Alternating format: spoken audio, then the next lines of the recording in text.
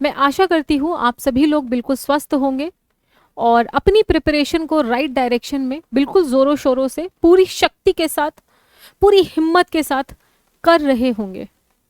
SSC JEE 2024 का notification आए हुए कुछ दिन हो चुके हैं और आज मैंने ये हिम्मत जुटाई है कि मैं इस वीडियो को शूट कर सकूं।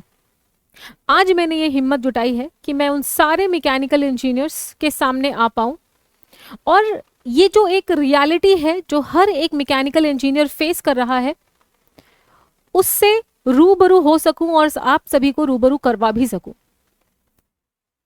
वैसे देखा जाए तो पिछले 5 से 7 सालों से जो एसएससी जेईई के वैकेंसीज का ट्रेंड है वो लगभग ऐसा ही रहा है और पिछले 5 से 7 सालों से हर मैकेनिकल इंजीनियर इतनी ही वैकेंसीज में, लगभग इतनी ही वैकेंसीज में फाइट करता आ रहा है और सिलेक्शन भी लेता आ रहा है।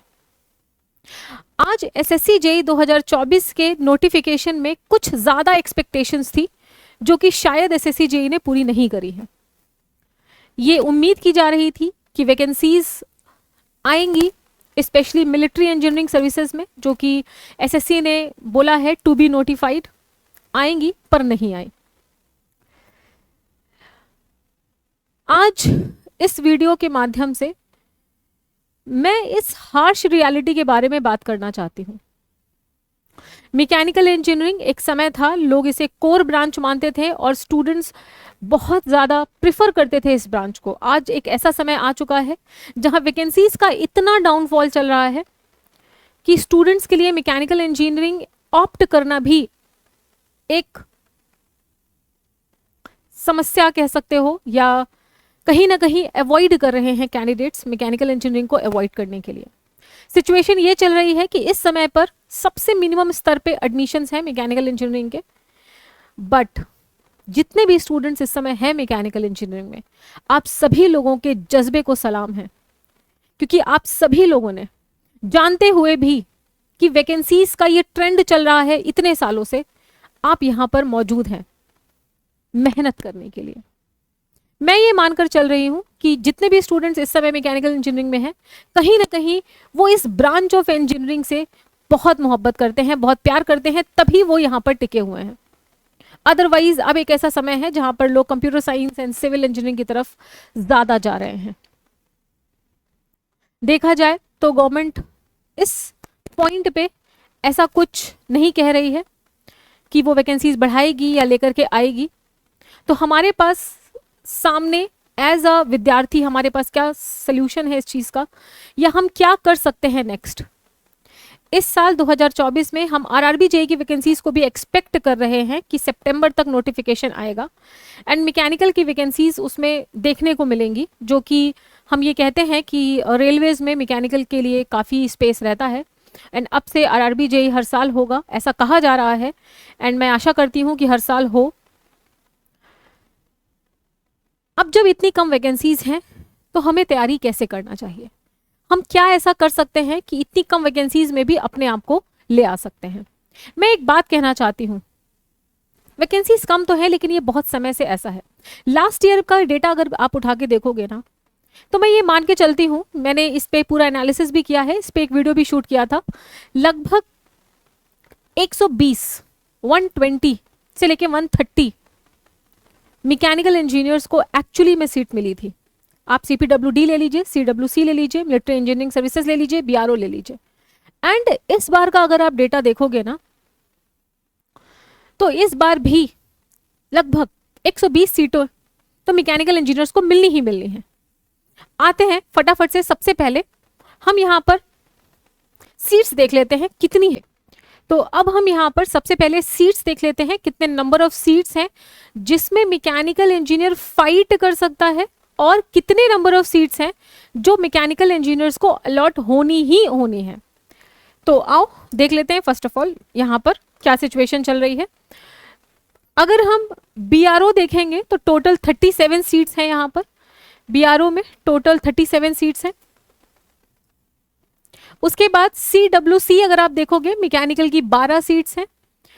सीपीडब्ल्यूडी अगर आप देखोगे इलेक्ट्रिकल की पोस्ट है, पर यहाँ पर मैकेनिकल और इलेक्ट्रिकल दोनों ही अप्लाई कर सकता है। तो एनी हाउ फाइट जो है वो 121 वैकेंसीज की हो सकती है, पर इलेक्ट्रिकल एंड मैकेनिकल दोनों के स्टूडेंट्स को मिला करके, ठीक है। उसके बाद मैकेनिकल की मिनिस्ट्री ऑफ डिफेंस में 3 सीटें हैं, और उसके बाद MES की जो सीटें हैं वो इन्होंने अभी बोला है इंटीमिडेट करेंगे ड्यू कोर्स में, अभी इन्होंने कुछ भी नहीं बताया है।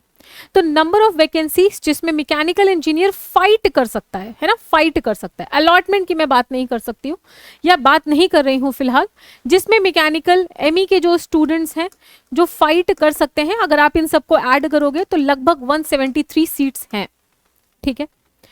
अब एक्चुअली में कितनी सीट्स अलॉट होनी ही होनी है वो लास्ट ईयर के डेटा से हम पता लगा सकते हैं। जैसे कि फॉर एग्जांपल ये तो सीट्स हैं ही मैकेनिकल की, ये भी हैं और ये भी हैं। ये जो 121 सीट्स हैं, लास्ट ईयर भी लगभग 125 सीट्स थी CPWD में, जिसमें कि 60 से 65 सीट्स मैकेनिकल को मिली, लगभग 50% का डिस्ट्रीब्यूशन था। ये मैंने पूरा जो डेटा था इस पे पहले भी वीडियो बनाया है, आप उस वीडियो को जाकर के देख सकते हो।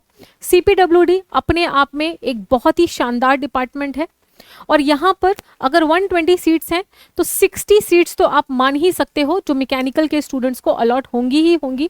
तो इसका मतलब आप ये कह सकते हो कि ME की अब जो नंबर ऑफ सीट्स हैं वो लगभग 112 जो अलॉट होनी ही होनी है। तो मतलब ये है मैकेनिकल के स्टूडेंट्स को पिछले साल भी लगभग 120 सीट्स अलॉट हुई थी, और इस साल भी लगभग 112 सीट्स अलॉट होनी है। अगर आप पिछले साल का डेटा देखोगे तो यहां पर आपको देखने को मिलेगा कि बहुत सारे स्टूडेंट्स का हमने इंटरव्यू भी किया था, बहुत सारे जो एक्चुअली में पढ़ने वाले स्टूडेंट्स हैं उनका सिलेक्शन हुआ भी, उन्होंने इन सीट्स पे अपना नाम लिया भी। एक चीज मैं कहना चाहती हूँ वो ये है कि अब मैकेनिकल इंजीनियरिंग में वही स्टूडेंट्स बचे हुए हैं जिन्हें एक्चुअली में इस ब्रांच ऑफ इंजीनियरिंग से मोहब्बत है, प्यार है, और अगर किसी चीज़ से आप बहुत ज़्यादा प्यार करते हो, उसके साथ बहुत ज़्यादा मेहनत करते हो, बहुत ज़्यादा समय बिताते हो, तो आप उस फील्ड में एक्सेल करते हो। एक चीज़ और ध्यान देने वाली है कि अगर सीट्स कम है तो इस समय नंबर ऑफ स्टूडेंट्स जो एग्जाम दे रहे हैं वो भी कम है।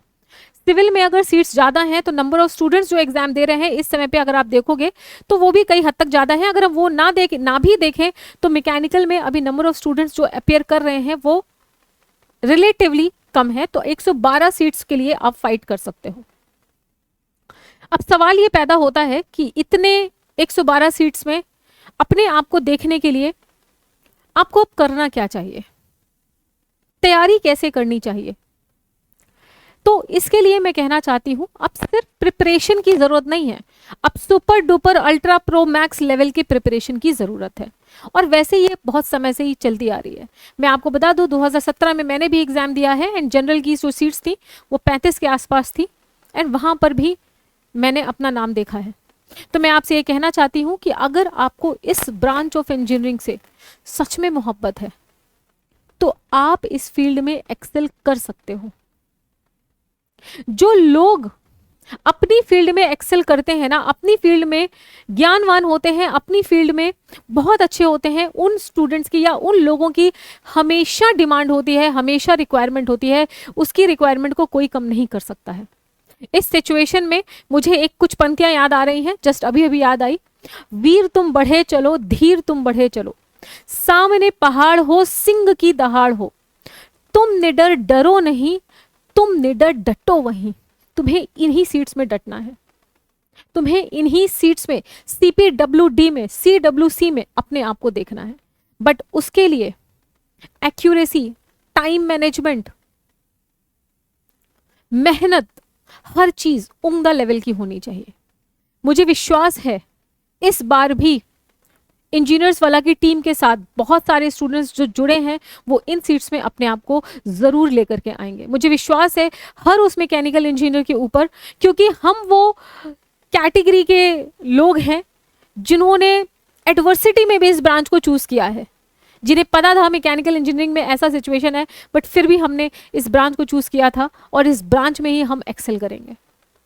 तो ऑल आई वॉन्ट टू से इज़ दैट डीमोटिवेटेड हुए बिना आपके सामने जो कुछ भी है, जैसी भी सिचुएशन है, उसका सामना करिए।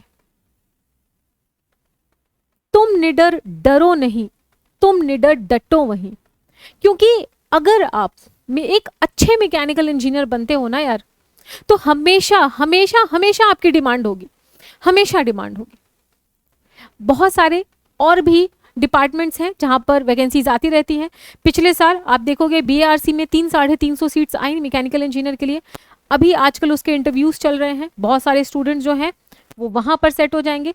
एनएचपीसी में आया, आरआरबी में भी एक्सपेक्ट कर रहे हैं कि हम कुछ वैकेंसीज आएंगी। बट फिलहाल एसएससी जेई के लिए मैं कहना चाहती हूँ कि इतने में फाइट करिए, इसमें भी आपको सीट मिल सकती है।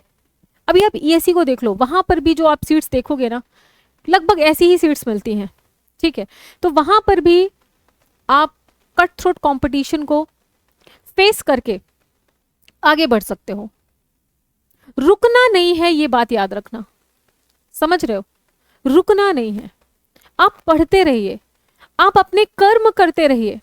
एक समय एक ऐसा समय जरूर आएगा, तुम इतना एक्सेल कर जाओगे अपनी फील्ड में कि मार्केट में तुम्हारी डिमांड होगी, लोग बोलेंगे कि आ जाओ हमारी कंपनी में काम करने। लेकिन उसके लिए आपको अपने आप को वैसा बनाना होगा बेटा, वैसा बनाना होगा।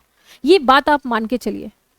हमेशा हमेशा ही हमेशा मेहनत कभी किसी की खाली नहीं जाती है। अगर आपने मैकेनिकल इंजीनियरिंग करी है, आप पढ़ रहे हो, आप जी जान लगा रहे हो, आपकी मेहनत जीवन में कभी खाली नहीं जाएगी। ऑल आई वांट टू से इज दैट कि रुकना नहीं है, बस चलते रहना है, एक ना एक दिन आपको मंजिल जरूर मिलेगी। Thank you so much.